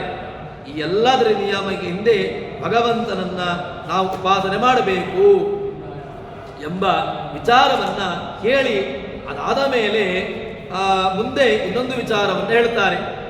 ಈ ಮಾತು, ತಾನು ಯಾವ ಮಾತುಗಳನ್ನು ಜಗನ್ನಾಥದಾಸರು ಹೇಳ್ತಾ ಇದ್ದಾರೆ, ಇದು ಸುಮ್ಮನೆ ಹೇಳುವಂತಹ ಮಾತುಗಳಲ್ಲ. ಯಾಕೆ ಅಂತ ಕೇಳಿದ್ರೆ, ಮನ್ಮನಾಭೋ ಮದ್ಭಕ್ತೋ ಮಧ್ಯಾಜಿ ಮಾಂ ನಮಸ್ಕುರು ಅಂತ ಹೇಳಿಕೊಂಡು ನಾವು ಯಾವತ್ತೂ ಹೇಳುವಂತೆ ಮನ್ಮನಾಭವ ಮದ್ಭಕ್ತೋ ಭವ ಮಧ್ಯಾಜಿ ಮಾಂ ನಮಸ್ಕುರು ನಿತ್ಯಂ ಭವೇಚ್ಚ ಮನ್ನಿಷ್ಠೋ ಬುಭೋಷ ಪುರುಷಸ್ತದಾ. ಇದು ಆಚಾರ್ಯರ ಮಾತು. ಆಚಾರ್ಯರು ಹೇಳುವಂತಹ ಮಾತು ಇದು ಅವರ ಸ್ವಹೇಳಿಕೆ ಅಲ್ಲ, ಅವರ ಮಾತು ಅದು ಯಾವುದೋ ಒಂದು ಹಿನ್ನೆಲೆ ಇದ್ದುಕೊಂಡು ಮಾತನಾಡುವಂಥವರು. ಆಚಾರ್ಯರ ಅನುಸ್ಮೃತಿಯ ಏನೋ ಮಾತುಗಳು ಹೇಗೆ ಅದು ಪುರಾಣದಲ್ಲಿ, ವೇದಗಳಲ್ಲಿ, ಉಪನಿಷತ್ತುಗಳಲ್ಲಿ ಉಲ್ಲೇಖವಾಗಿರ್ತದೆಯೋ ಅದೇ ರೀತಿಯಾಗಿ ಜಗನ್ನಾಥದಾಸರ ಮಾತುಗಳು ಕೂಡ ಶ್ರುತಿಸ್ಮೃತಿ ಮಾತುಗಳು. ಯಾಕೆ ಶ್ರುತಿಸ್ಮೃತಿಗಳ ಮಾತುಗಳನ್ನು ಒಪ್ಪಿಕೊಳ್ಳಬೇಕು ಅಂತ ಕೇಳಿದರೆ, ಶ್ರುತಿಸ್ಮೃತಿ ಹರೇರಾಜ್ಞಾ, ಶ್ರುತಿಸ್ಮೃತಿಗಳನ್ನು ನೀನು ಯಾವ ಕಾಲಕ್ಕೂ ಕೂಡ ಲಂಘನೆ ಮಾಡಬಾರದು. ಶ್ರುತಿಸ್ಮೃತಿಗಳು ಏನಾಗಿದೆ ಕೇಳಿದ್ರೆ ಅದು ಹರೇ ಆಜ್ಞೆ, ಭಗವಂತನ ಆಜ್ಞೆ. ಆ ಭಗವಂತನ ಆಜ್ಞೆಯನ್ನ ಪರಿಪಾಲನೆ ಮಾಡಬೇಕು. ಹೇಗೆ ರಾಜಾಜ್ಞೆಯನ್ನ ಪರಿಪಾಲನೆ ಮಾಡ್ತೇವೆಯೋ ಅದೇ ರೀತಿಯಾಗಿ ಶ್ರುತಿಸ್ಮೃತಿಗಳ ಮಾತನ್ನೂ ಕೂಡ ನಾವು ಕೇಳಲೇಬೇಕು. ಅದನ್ನ ಯುಕ್ತಿ ಮಾತುಗಳಲ್ಲ, ಶ್ರುತಿಸ್ಮೃತ್ಯುಕ್ತ ಮಾತುಗಳಿವು. ವಿಚಾರಿಸೆ ಮುಕ್ತಿಗೆವು ಸೋಪಾನವೆನಿಸುವು ಪ್ರತಿ ಪದವು ಭಕ್ತಿಪೂರ್ವಕ ಪಡಿಸುವವರಿಗೆ ವ್ಯಕ್ತಿಗೊಡುವ ಸ್ವರೂಪದುಕ ಪ್ರವಿಕ್ತರನು ಮಾಡುವವನು ಭವಭಯದಿಂದ ಬಹುರೂಪ. ಭಗವಂತ ಏನು ಮಾಡ್ತಾನೆ ಅಂತ ಕೇಳಿದ್ರೆ, ಈ ಮಾತುಗಳು ಯುಕ್ತಿಯುಕ್ತವಾದಂತಹ ಮಾತುಗಳು. ಹೇಗೆ ಬ್ರಹ್ಮಸೂತ್ರಗಳು ಯುಕ್ತಿಯುಕ್ತವಾದಂತಹವುಗಳು. ಯಾಕೆ ವೇದ ನೀವು ವ್ಯಾಸರ ಸೂತ್ರವನ್ನ ಅರ್ಥೈಸಿಕೊಳ್ಳಬೇಕು ಅಂತ ಆದರೆ ಯುಕ್ತಿಗಳು ಬೇಕೇ ಬೇಕು. ಯುಕ್ತಿ ಸಹಿತವಾದಂತಹ ಮಾತುಗಳೇ ಅದರಲ್ಲಿ.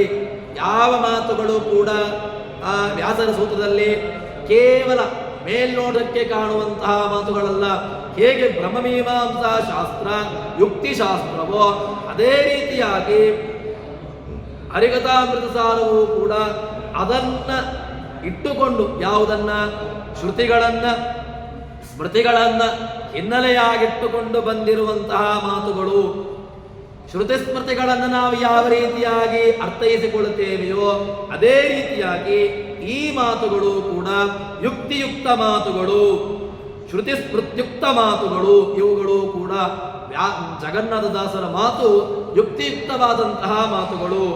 ಮತ್ತೆ ಇದನ್ನು ಏನು ಮಾಡಬೇಕು ಕೇಳಿದ್ರೆ, ಚಿಂತಿಸೆ, ನೀನು ವಿಚಾರಿಸೆ. ಇದನ್ನ ಅಥಾತೋ ಬ್ರಹ್ಮ ಜಿಜ್ಞಾಸ ಎಂಬ ಮಾತನ್ನು ನಾವು ಹೇಗೆ, ಇದು ಆರ್ಡರ್ ಏನು ಜಿಜ್ಞಾಸ.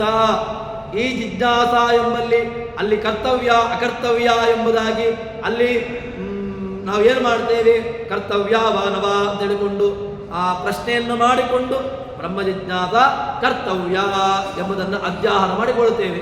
ಅದೇ ರೀತಿಯಾಗಿ ಇಲ್ಲಿಯೂ ಕೂಡ ಶ್ರುತಿ ಸ್ಮೃತ್ಯುಕ್ತ ಮಾತುಗಳಿವು. ಇವುಗಳನ್ನು ವಿಚಾರಿಸಿ ಚಿಂತನೆ ಮಾಡಬೇಕು.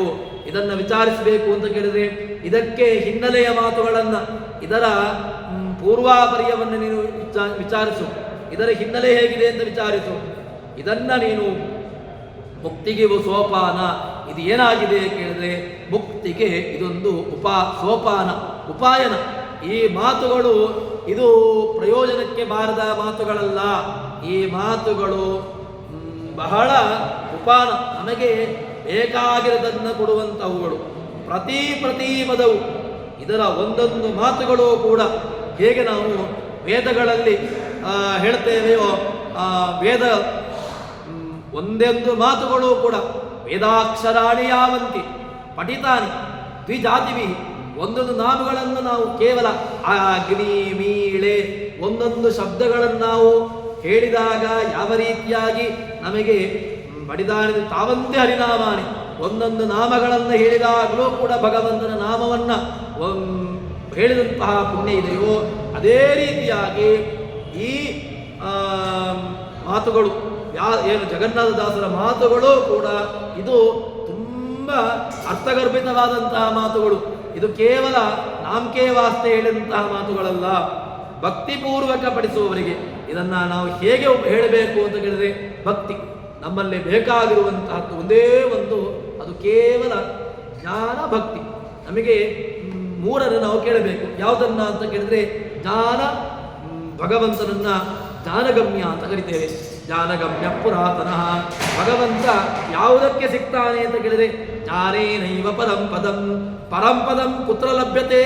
ಪರಂಪದಂ ಜ್ಞಾನೇನೈವ ಲಭ್ಯತೆ. ಇದನ್ನು ಅಧ್ಯಾಹಾರ ಮಾಡಿಕೊಳ್ಳಿ.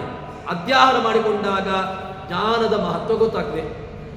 ಹಾಗಿದ್ರೆ ಭಕ್ತಿಪೂರ್ವಕ ಪಡಿಸುವವರಿಗೆ ವ್ಯಕ್ತಿ ಕೊಡುವ ಭಗವಂತ ಏನು ಮಾಡ್ತಾನೆ ಕೇಳಿದ್ರೆ ತನ್ನ ಅಭಿವ್ಯಕ್ತನ್ನು ಮಾಡ್ತಾನೆ. ಯಾವುದು ಅಭಿವ್ಯಕ್ತವಾಗುವುದು? ಸ್ವರೂಪ ಸುಖ.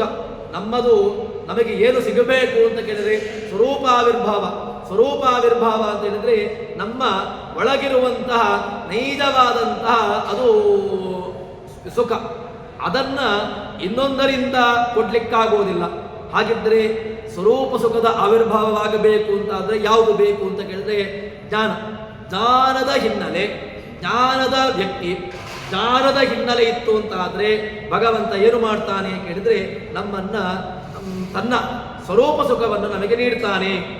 ವ್ಯಕ್ತಿ ಮಾಡುವ ಸ್ವರೂಪ ಸುಖ ಪ್ರವಿವಿಕ್ತರನು ಭಗವಂತ ಏನು ಮಾಡ್ತಾನೆ? ಪ್ರವಿವಿಕ್ತ. ನಮ್ಮನ್ನ ವಿವಿಕ್ತ ಅಲ್ಲ, ಪ್ರಕೃಷ್ಟೇನ ವಿವಿಕ್ತ. ನಾವು ಇದರಿಂದ ಪೂರ್ಣವಾಗಿ ಭಿನ್ನವಾಗ್ತೇವೆ, ಪೂರ್ಣವಾಗಿ ಬಿಡುಗಡೆ ಆಗ್ತೇವೆ. ಪೂರ್ಣವಾಗಿ ಬಿಡುಗಡೆ ಆಗುವುದು ಎಲ್ಲಿಂದ ಕೇಳಿದ್ರೆ ಇದನ್ನ ಯಥಾರ್ಥವಾಗಿ ತಿಳಿದುಕೊಳ್ಳುವುದರಿಂದ. ಯಥಾರ್ಥವಾಗಿ ತಿಳಿದುಕೊಳ್ಳಬೇಕು ಅಂತಾದ್ರೆ ಸುಮ್ಮನೆ ತಿಳ್ಕೊಳ್ಳಿಕ್ಕಾಗುವುದಿಲ್ಲ. ಹಾಗಿದ್ರೆ ಭಗವಂತನನ್ನ ತಿಳ್ಕೊಳ್ಬೇಕು ಅಂತಾದ್ರೆ ಎಲ್ಲ ಹಿನ್ನೆಲೆ, ಈ ಎಲ್ಲ ಆಚಾರ್ಯರ ಮಾತುಗಳ ಅರ್ಥ, ವ್ಯಾಸರ ಮಾತುಗಳ ಅರ್ಥ ಆಗಿಲ್ಲ. ವ್ಯಾಸರ ಮಾತುಗಳಿಗೆ ಆಚಾರ್ಯರು ಬಂದರು, ಆಚಾರ್ಯರ ಮಾತು ಅರ್ಥ ಆಗಿಲ್ಲ.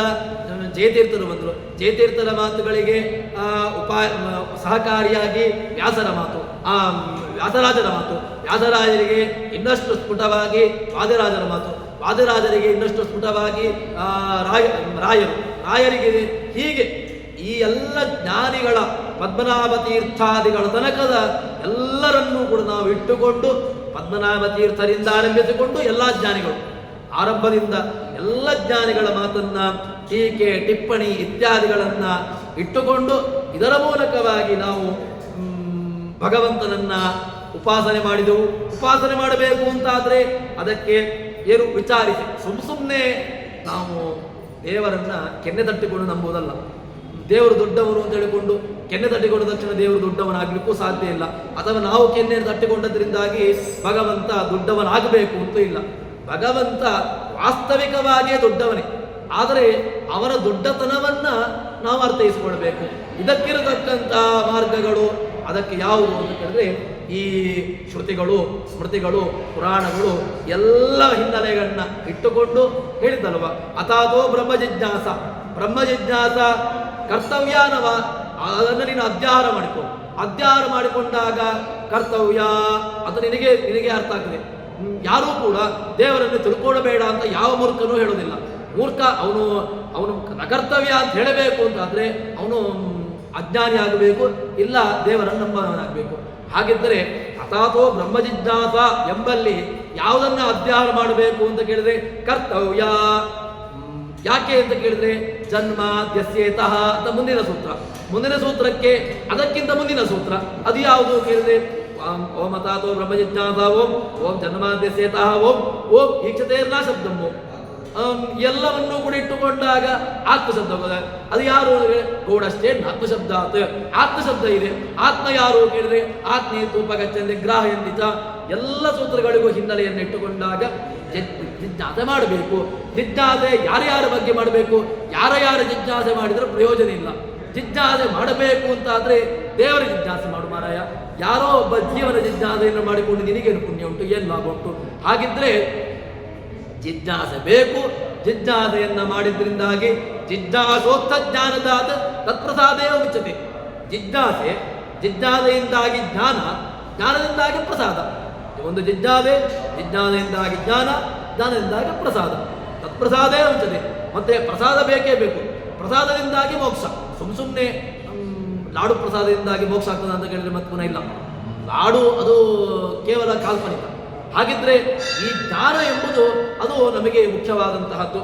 ಇದರ ಮೂಲಕವಾಗಿ ಭಗವಂತನನ್ನು ಏನು ಮಾಡ್ತಾನೆ, ಸ್ವರೂಪ ಘಟಕವನ್ನು ಕೊಟ್ಟು ಪ್ರವಿಕ್ತರನ್ನು ಮಾಡುವುದು. ಅವನು ನಮ್ಮನ್ನ ವಿವಿಕ್ತರನ್ನಾಗಿ ಭಗವಂತ ನಮ್ಮನ್ನ ಬಿಡುಗಡೆಗೊಳಿಸ್ತಾನೆ. ಎಲ್ಲಿಂದ ಬಿಡುಗಡೆಗೊಳಿಸ್ತಾನೆ ಯಾಕೆ ಹೇಳಿದ್ರೆ ಭವಭಯದಿಂದ.